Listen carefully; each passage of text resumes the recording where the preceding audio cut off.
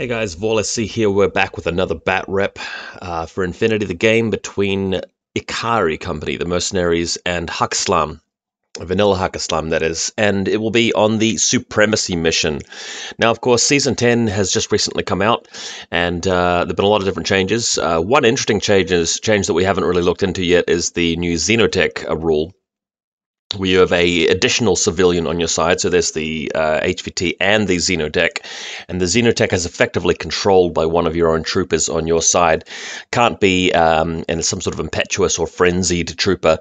Can't be a remote either.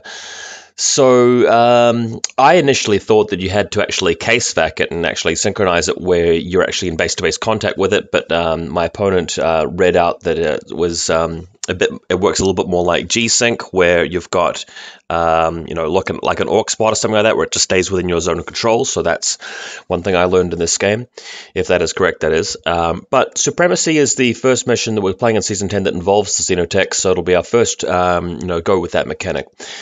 So Supremacy has actually changed a little bit as well. Supremacy was always a decent mission, because even though going second is better for actually controlling the actual zones, you can still get such an advantage over your opponent by the end of the game that, if you've managed to even it up over the first couple of rounds, you could finally get into a winning position by the end. And there are the consoles as well. So going first isn't like an insta-loss, like it sort of, well, it's not an insta-loss, but it's a big disadvantage in some of the other missions. However, they have made Supremacy a little bit stronger, in my opinion, or a bit of a better scenario, because now the Xenotechs, what am I going to call them? The Xenotechs, a bit more of a relevant unit. So let's look at this table. So it's going to be Ikari over this side and Haqqislam over this side for this game. My opponent has won the dice roll.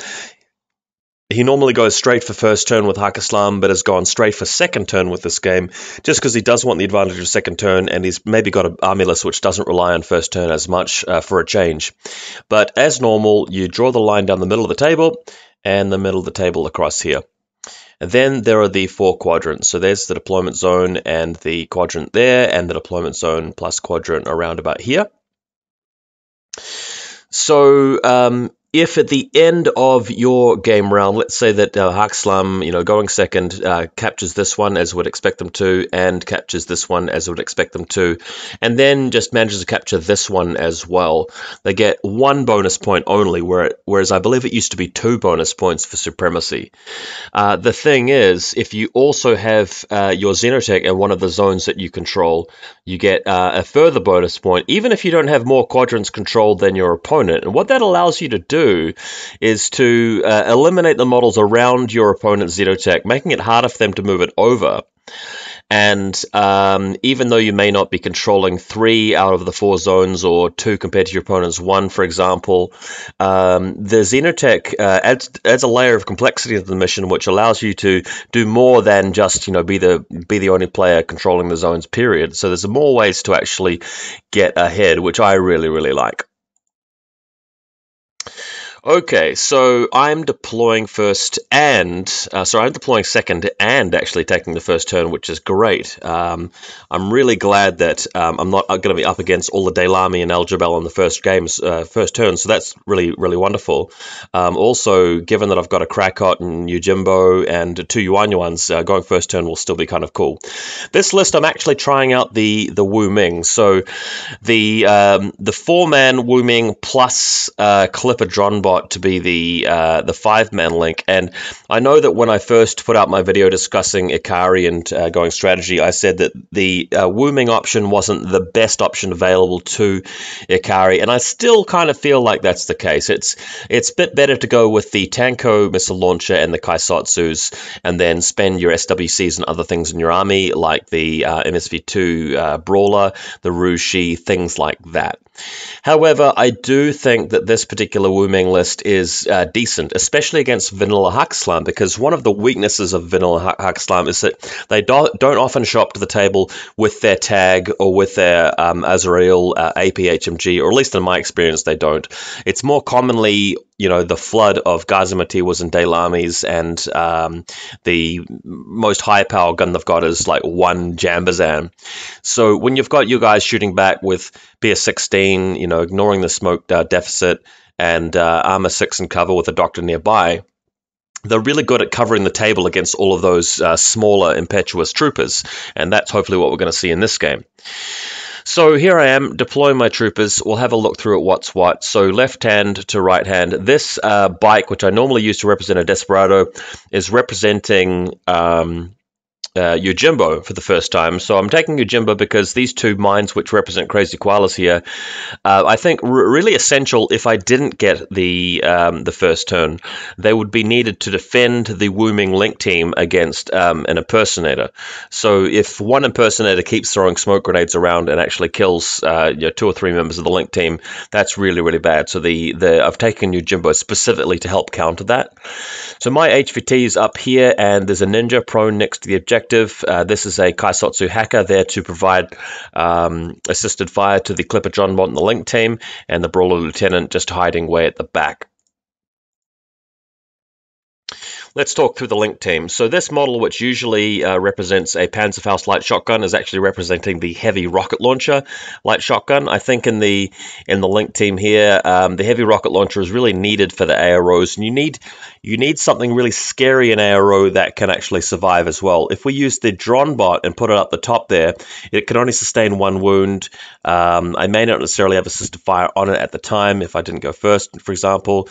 So it's just staying down the back and just covering one long line just across a segment of the table where he'd actually have to come up to about halfway across the table before he sees it. So it's not immediately going to get shot by an HMG.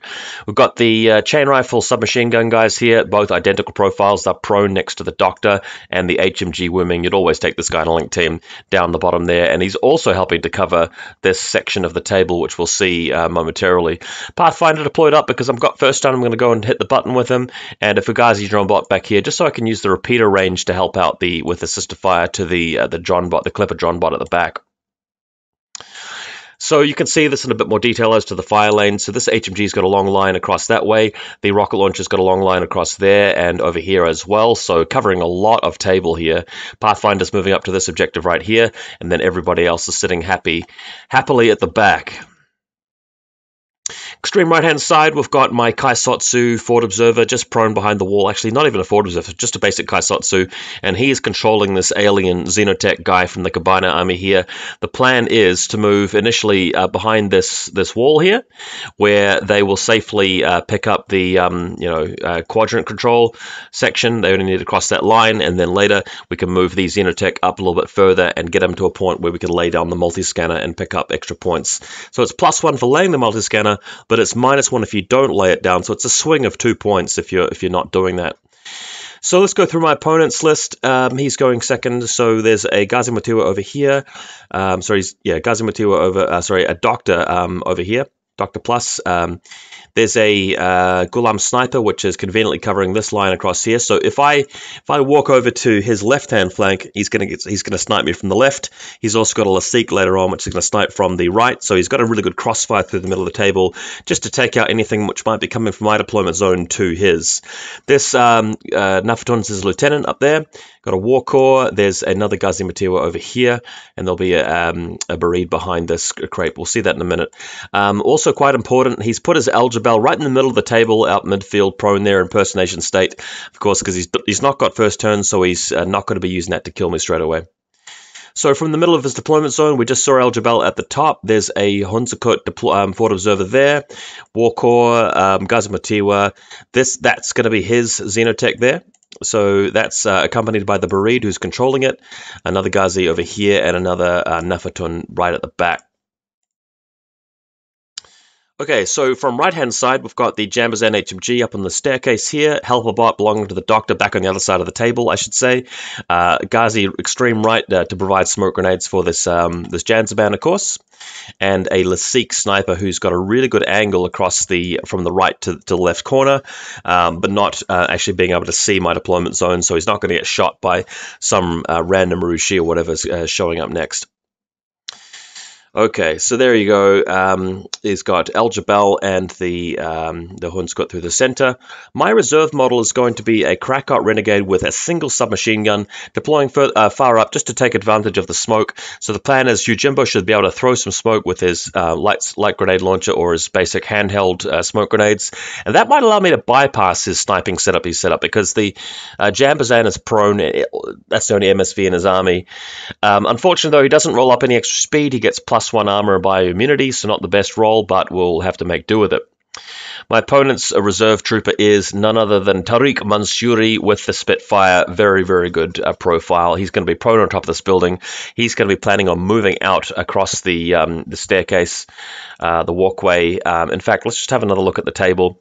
So I just want to point out a couple of things with the setup. So Tariq is set up here. Let me change the color, make it a bit easier to see. So Tariq is here. He's going to be super jumping down behind that, or moving across here to attack my link team potentially. The Krakot has been set up over here. There's a sniper here and here, so they've got really good crossfire angles, right? But once Yojimbo moves in and clouds this area up with smoke, this truck's basically blocking the one sniper, and the Lasik can't see down this angle here, so I'm going to be able to move up on top of this staircase and attack his Jambazan. But we'll see that happening very shortly. So just bursting through the photos here real quick.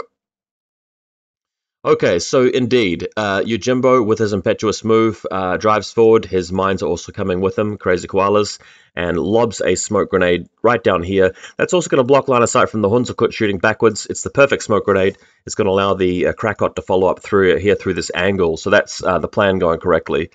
Now, first Yuan trying to land right down behind enemy lines here. There is an angle where his Gazimatiwa actually can't see. So the Yuan's going to land behind that, also landing out of line of sight of the doctor. Unfortunately for him, though, failing the fizz check and scattering off the table, so he will land elsewhere. But I've got a second Yuan on this list who attempts to do the same thing and does pass the roll. So one of the Yuan has landed behind enemy lines, and the other one has landed closer to my left-hand flank. You can see him deploying here, represented by a Guangxi, going to follow up behind the Krakot and Yojimbo and assist in the control of that particular quadrant to my left. Okay, so you can see the Krakot now moving up. He is using this choke point here, which has now been blocked off by smoke as cover. And he's going to be moving along to the staircase, going prone, moving up the staircase, because if he doesn't go prone, he's going to get shot, and then eventually targeting the Jambazan, which is located there. It's going to take most of my turn, but the thinking is that if I use my whole turn to set up the Xenotech, maybe press a button and just kill the Jambazan, then the only gun that he's really got left in his army to actually attack the Wooming Link team is Tariq. And Tariq will have to leave cover at a point where he'll be beyond 24 inches, so the dice will be very unfavorable. If he's shooting on 7s on 4 dice, even though he's critting on 1s or 7s, and I'm shooting back on 16s, then Tariq stands a pretty good chance of getting wrecked. Okay, elsewhere, the Yuan who has landed successfully does land in range of a jammer and does get jammed by the what do you call this guy, the Gazumatiwa.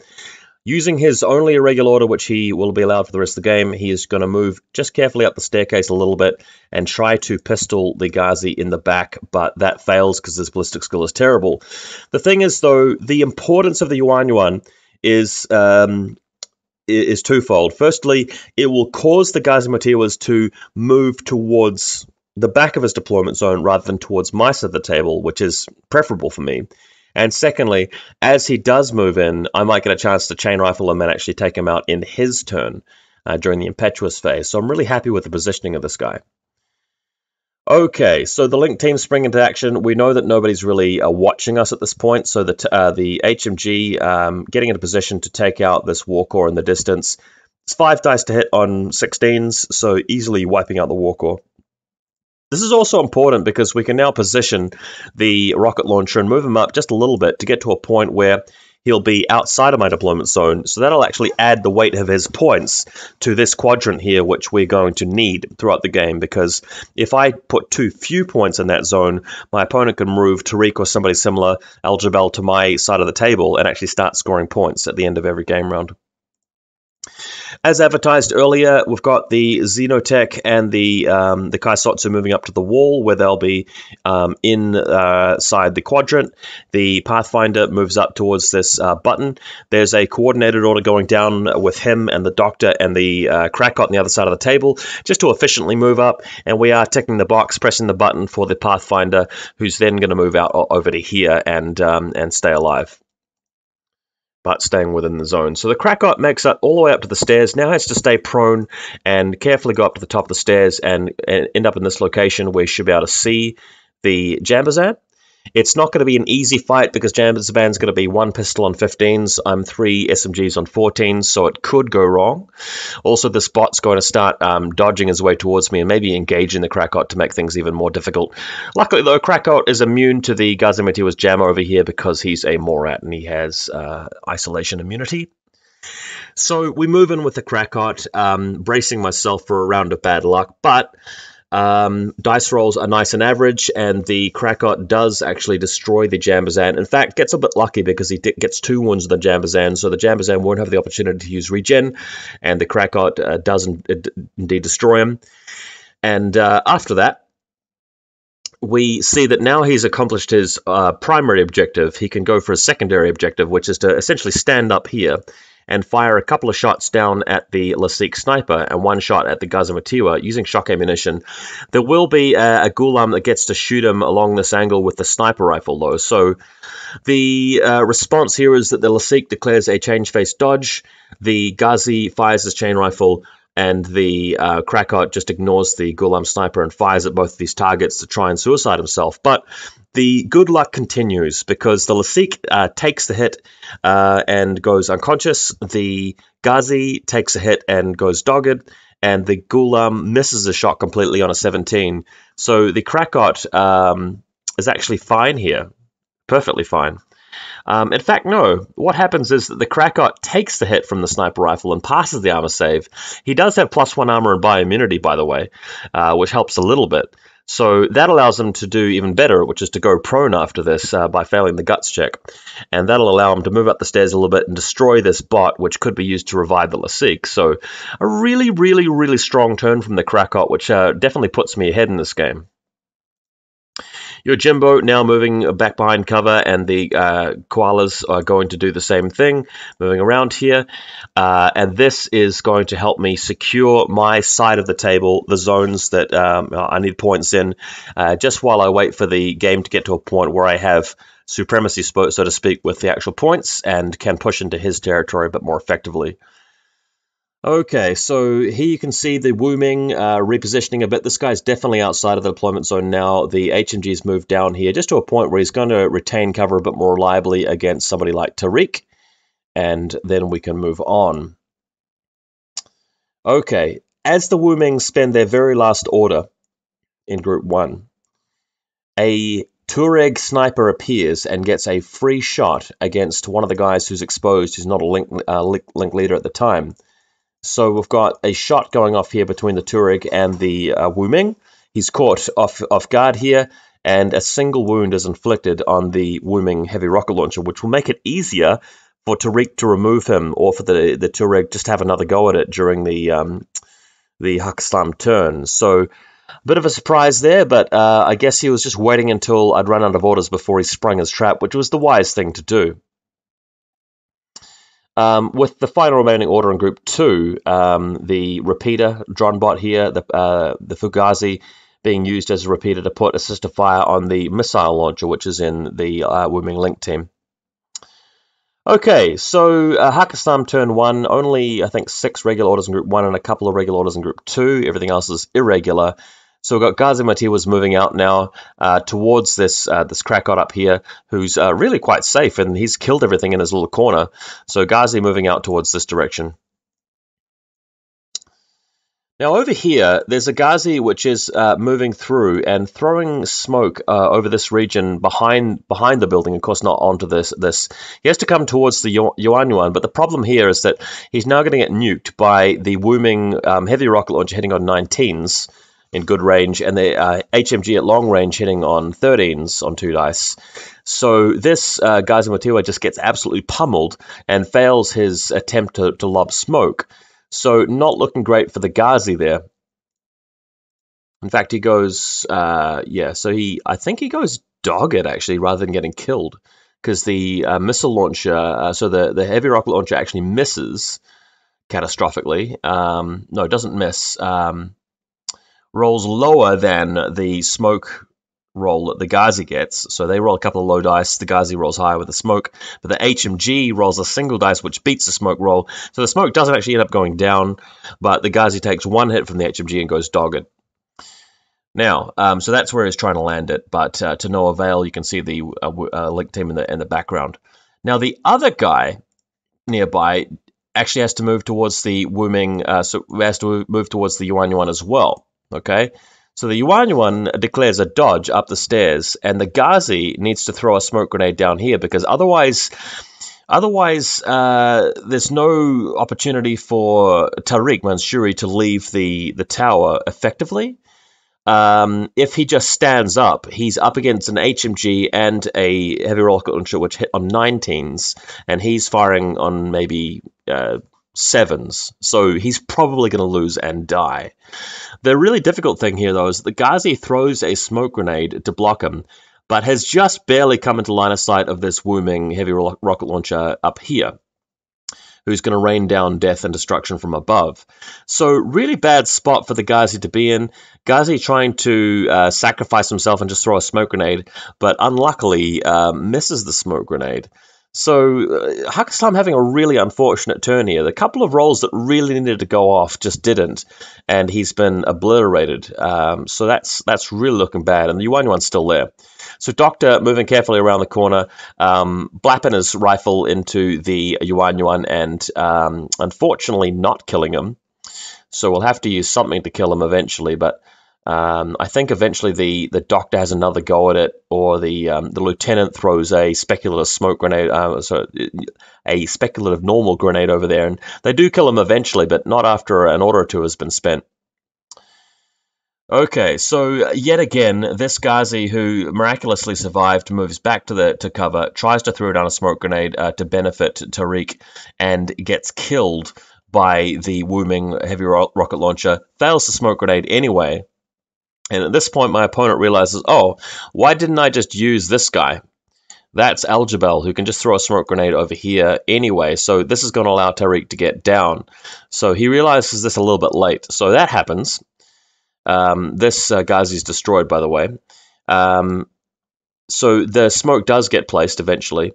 The Doctor does eventually kill the Yuan over here, and I think gets shot actually by a chain rifle while she's at it. So then we've got Al-Jabal moving in and putting the smoke grenade down exactly this spot, also blocking line of sight from the heavy rocket launcher to the Tuareg. And that's going to allow the Tuareg to go prone and have a little bit of a shootout against, who was it? He has a bit of a shootout against the heavy rocket launcher again, so he's able to come just around here later and attack this guy. This is quite crucial, because if I die, then he's actually going to collect my zone and get a bonus point. But if I kill him, it's going to be even on both sides. He's actually got Al-Jabal on my side of the zone too. So Tuareg plus Al-Jabal is enough points, but Tuareg plus Al-Jabal against the Wooming and the Kaisotsu and the Pathfinder might not be. Can't fully remember the situation, but it was pretty close. Okay, so here's why why it wouldn't be close if he does get the hill, because the Bereed moves out as well. So the Bereed moving the Xenotech out there, passing the whip check to actually lay the multi-scanner down. So at least he's completed that, and now he's got the Bereed in this zone over here. Tariq diving down with super jump off the building behind this. There's a smoke grenade up there preventing the heavy rocket launcher from seeing that. And now we could just consolidate things a little bit. So he's got a Hunskut in the correct zone. He's got the Bereed in his home zone. It's just and the Krakat's in his deployment zone, so he doesn't have to worry so much about that. But the problem is the Wu Ming here for him. So he's going to move out with his Tuareg, and the Wu Ming goes for a dodge because he's shooting back on a fairly like 7s on 2 dice, and the Tuareg's firing at, I think, 8s on 2 dice with a sniper rifle because it's less than 16 inches away. So this is quite scary.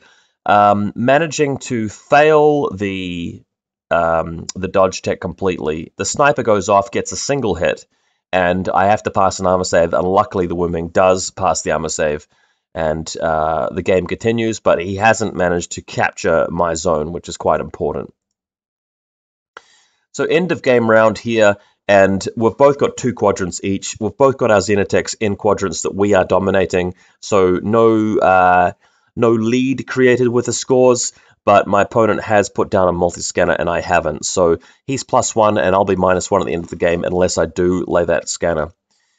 So Yojimbo again moving forward with Impetuous, putting down smoke right next to the Hunzakut because he may need to move out and actually kill that Hunzakut with maybe an intuitive attack from his nanopulsar. The Yuan following up behind him, so I've recycled the model, so I was using a proxy Guangxi. I've taken my dead Yuan model and moved it over to the other side of the table, as you can see here, moving up behind Yojimbo there. Now I'm thinking, looking at the table, he's got his models in a pretty precarious forward position, and I've got a full 10 regular orders in Group 1. He hasn't killed anything that's regular, despite his turn there, because he wasn't very active with his turn. So I'm thinking, what if the Wu Ming just spend all 10 orders just charging out and killing things? And I realized if I overdid it, if I killed Al-Jabal and Tariq and the Buried, I could put him into retreat, in which case the game would end and he'd be up with the Xenotech and he might actually win. So I thought I better be careful about that. Anyway, there's still really good opportunity to get a lot of damage done with these boys, as we'll see. So first couple of orders are just getting down from the building. I've got to spend 1 order getting 2 of the troopers up next to the wall here, and then I've actually got to spend an entire order just climbing down the wall. So that's what they're going to be accomplishing initially. So here they all are, just getting down. A couple of orders spent, but we've got another 8 orders. That's fine. Now continuing to move forward, and the first thing we've got to get rid of is this Tuareg. So initially the SMG chain rifle guy comes up here, then pokes around the corner when he's ready, and forces the Tuareg to shoot back with a pistol or to dodge. Depending on what he does, I might just double chain rifle him, I might SMG him, but the outcome is a dead Tuareg either way. So there you go, Tuareg is removed, SMG guy can continue moving forward. The next model that we will encounter as we head around here is the Lasik. No, not the Lasik. The Lasik's dead. There's a Ghazi Motiwa in the distance over here who I don't really want to provoke until I have my HMG into position. So the HMG moves in first, fires his 5 dice into the distance against the Ghazi Motiwa, removes him first. Remember, I've got a lot of orders here, so I can just pick them off one by one. Everybody else just hanging in behind. So the next objective is to get the Wu Ming with SMG who started here around to this point. And he's going to be climbing up on top of this building here, where he'll finally get an aerial view of Tariq. And if I can kill Tariq, then no problem. To do that, I'm going to have to move a couple of members over here to stay within coherency, move the drone bot, the clipper over here as well, and the rocket launcher over here, bringing his wound marker with him. Just trying to stay out of line of fight. He hasn't really got any other models which have view of the table, so just moving into position with the SMG guy first. So he does eventually get up here, gets line of sight directly to Tariq. Tariq, tries to avoid this, but 4 SMG shots with AP rounds straight into his face at BS 19, effectively, at short range. Only takes a single order to remove Tariq, since his armor is halved, and Tariq bites the dust, which is what we want to see when we are not on his side. And his fatality is very scary, so it's better to kill him in your active turn, if possible. Okay, so while we did that, Al-Jabal did get vision, so he does throw down his own smoke grenade to keep himself alive. So he's no longer an impersonation marker, but he has protected himself, so to speak. Because I have a fair few orders here, I'm actually spending an extra order moving the Xenotech into the correct zone. He has to be beyond 4 inches from my deployment zone. He's going to lay down his multi-scanner, and that is successful, despite the willpower, and he is, yeah, the multi-scanner's there. So I'm even on multi-scanners, and I could be up in points seriously if we end the next game round with a Wooming in his side of the table. The Ninja on my side of the table, just moving up a little bit now that the Tuareg, which was actually covering him, is destroyed, pressing the button on the console. So I actually have 2 consoles captured as well, which does keep me firmly in the lead. And then second last order, getting the Wooming SMG into this point where he's going to have line of sight to Al-Jabal after the smoke clears. Everybody else just hanging back, so the rocket launcher moving behind cover, the drone bot trying to pick up some cover here. This guy just staying next to the edge of the wall, HMG just hanging out in the middle of nowhere. And in the very last order of my turn, I can do an intuitive chain rifle onto Al-Jabal, who's revealed himself after he threw the smoke. That will be the last thing that is attempted, but luckily for him, he does manage to dodge the intuitive chain rifle, and my turn now comes to an end. Actually, not quite. We're moving in here with Yojimbo, and he tries to go for an intuitive nanopulsar into the Hunsakut, but that doesn't succeed, and yeah, the Hunsakut is fine. Okay, so that was a pretty strong turn there from Ikari. We've got Al-Jabal kind of boxed in a bad position. He's only got a few regular orders to spend, and he's got a 5-man link team in one of his quadrants on his side of the board, and we've both put down multi-scanners, and I'm up 2 consoles, so things are looking really, really bad for Haqqislam. He briefly considers shooting at my link team with his sniper rifle, but then thinks better of it, realizing that, okay, he's going to be in medium range for the sniper, so it's zeros, so he's going to be hitting on 11s on 2 dice. And the Wooming, well, B is 16, shooting back with 2 SMG shots, -3 for range, -3 for cover. Sorry, -0 for range, -3 for cover. So I'll be 13s on 2 dice. So I actually have better odds than him, even though it's his active turn. So he decides not to pull this move. Instead, he's just going to reposition slightly to try and shoot at Yojimbo, and he thinks about doing that instead. This will get him shot at by my Wooming here with his SMG, but does go for it and does manage to take out Yojimbo with the sniper rifle because it has shock. Does lose the Ghulam sniper in the process. What this allows him to do now is move around with his Bareed, and he would have eaten a contender shot with Yojimbo had he not killed Yojimbo with that previous order. But now the Bareed gets to take a risk here, and when you're losing this badly, you really do need to take some risks. That way you give yourself an opportunity to get a little bit lucky and swing the game back. So the Bareed shooting with his rifle into the Wooming here. The Wooming at average normal range, so it's -3. So he needs 13s. This Bareed 3 dice on 12s. But luckily here for Haqqislam, the Bareed does the job and actually manages to kill the Wooming, which only has 1 wound left, of course, after the Tuareg stripped him of 1. So the Bareed actually getting up and doing some work. And that breaks the link team because that heavy rocket launcher was the link leader. So he goes down now, unconscious. It's also going to allow him to take on the drone bot too, because the drone bot, the clipper that is, no longer has any link bonuses. Hunsakut over here, moving out, laying down a mine. So that's going to help to defend against any Yuan-Yuans or whatever. On this side, his lieutenant, who's a Nafatun, tries to lob a grenade over there, speculative fire, landing onto the Wooming, but doesn't succeed in killing our friendly Wooming there at all. And we've got a Hunsakut now, which moves just carefully across to the corner, is going to have line of fire to, I think, the missile. Goes and shoots that up with his rifle, manages to kill it. And I think that brings it to Ikari turn 3, because Haqqislam didn't really have that much they could do. So Impetuous moving up with the Yuan here. The Krakot moving down the stairs a little bit, firing long range at the Bareed, trying to take him out with the SMG, not managing to do it with the Impetuous order though.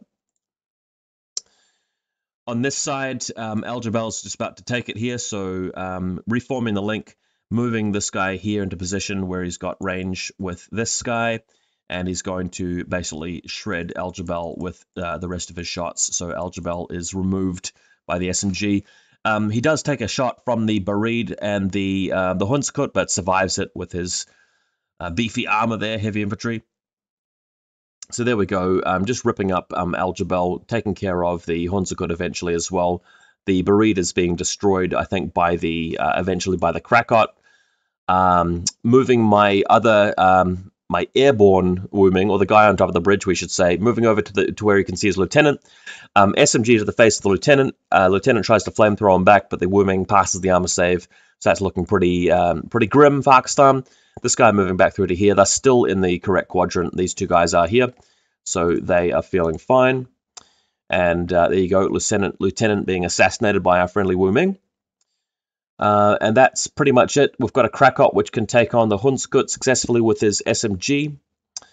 Yuan, because the Krakot wasn't successful against the Hunsukut, Yuan moving around trying to chain rifle him. Yeah, so actually that happened first. The Yuan goes in first. That fails, so the Krakot does come in and does take him out. And then with the last couple of orders, moving the SMG guy right to the back of his deployment zone and removing the last Nafatun. And that's the point where Haqqislam has no models left, so there is no final turn. That was the final turn, and a very, very convincing win to Ikari. So what really went wrong there for Haqqislam? That was a real ball-busting game, and I didn't expect to do so well against Haqqislam, which is usually a strong opponent. I think a couple of things. So my Krakot had a really absurdly good run. We weren't expecting him to just get we weren't expecting him to get 3 models out of his push there. If he'd managed to slip up and lose the fight against the Jambazan, my opponent would have had a much better chance in this game. Having said that, the Krakot was in a really good position to do it.